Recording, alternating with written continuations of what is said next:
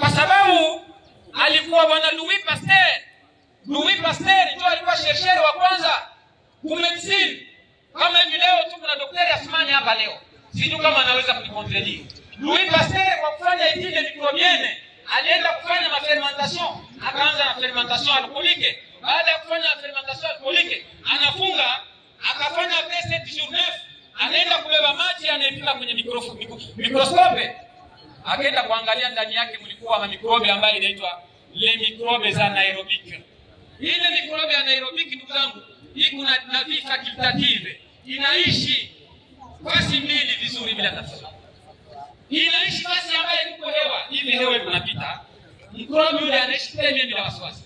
Na ukambeba unamweka nafasi ambaye hakuna hewa, mikrobe ile inaisha tena bila wasiwasi. Ila wewe akakuweka fasi nyekuwa mangi, wallahi kichwa kitapasuka.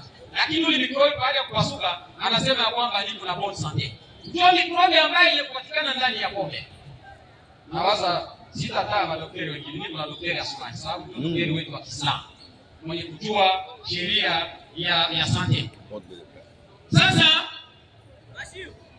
Sasa alipogundua kama mko mikrobe za anaerobique, moja mikrobe anaerobique wanamuitaka tetanus. Kama anakukamata wewe inabidi wakuekarte fasi ya kutunza wewe na watu wengine mbalimbali, kwa sababu ukasikia tishu unakanganyika. Sasa ndio utakutana pombe, baada ya kuitoa mikrobi hii inashindwa kufa, wewe unakunywa, sasa inakudeforme, inatosha akili yako mkichwa, unakuwa mwenda wazimu na inafanya inakustimulate.